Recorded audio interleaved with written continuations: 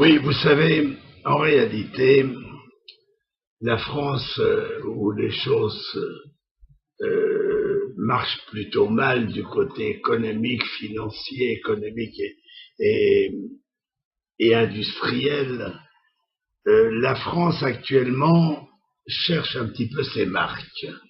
En réalité, d'abord Fabius, Laurent Fabius, le petit juif français, a loupé le coche complètement quand il n'a pas accepté de défendre la thèse que le Hezbollah est une organisation terroriste et une organisation terroriste, moi je le précise, extrêmement dangereuse, extrêmement active, extrêmement radicale. Alors, bon, Laurent Fabius a dit il faut continuer à enquêter, etc. Tout ça a été très moche, que les Français, après le grand coup qu'ils ont fait au Mali, il fallait que dans la foulée, qu'ils attaquent le Hezbollah, ils sont un petit peu maintenant sur le côté, parce que il y a un rapprochement entre les Américains et les Russes, et finalement, les Américains et les Russes sont un peu moins pour aider les rebelles qui maintenant, si vous voulez, sont infestés de terroristes d'Al-Qaïda, et tout ça finalement devient extrêmement trouble, tout ça finalement est rempli de turbulences, et maintenant il va falloir agir. Alors, les Russes et les Américains, en laissant les Français un petit peu en dehors de tout cela, ont décidé d'opter pour la négociation. Voilà, c'est un peu ça le scoop.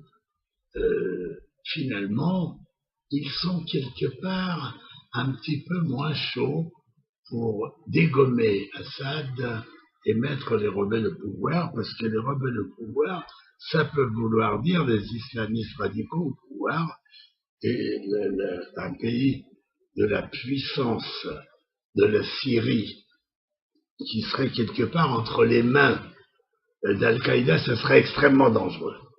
Voilà. Alors bon, les Français sont un peu sur la touche, et tout ça, c'est quand même quelque part de la faute de notre Laurent Fabius qui a mal manœuvré, qui a tout bouffé. Alors, eh bien, en réalité, le printemps arabe, c'est une erreur.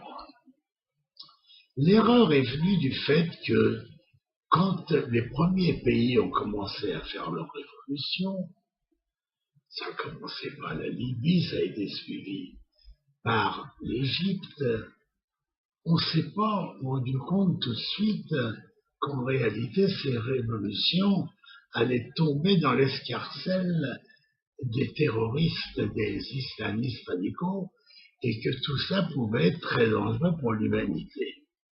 On s'est rendu compte avec un petit peu de temps que finalement l'Égypte est un échec total, le terrorisme est mort, le pays asphyxié en train de mourir, plus de touristes, alors que le tourisme était la manne qui faisait vivre le pays. Enfin, c'est quelque chose d'incroyable. Si vous allez en Égypte aujourd'hui, c'est un désert.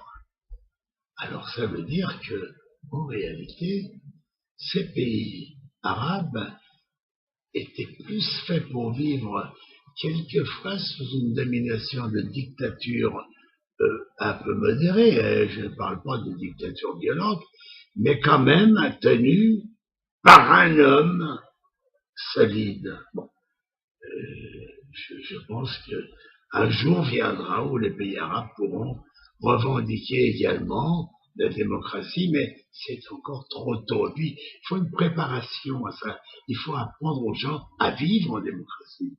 Bon, et puis on a dans les pattes ces terroristes islamiques radicaux qui perturbent tout, qui cassent tout, qui faussent tout. Bon. Alors finalement, voyez-vous, j'ai débordé un petit peu de Laurent Fabius, parce que finalement, si vous prenez le Hamas et le Hezbollah, c'est deux organisations très puissantes et très dangereuses, et pour Israël et pour l'humanité. Alors finalement, bon ben voilà, on en est là.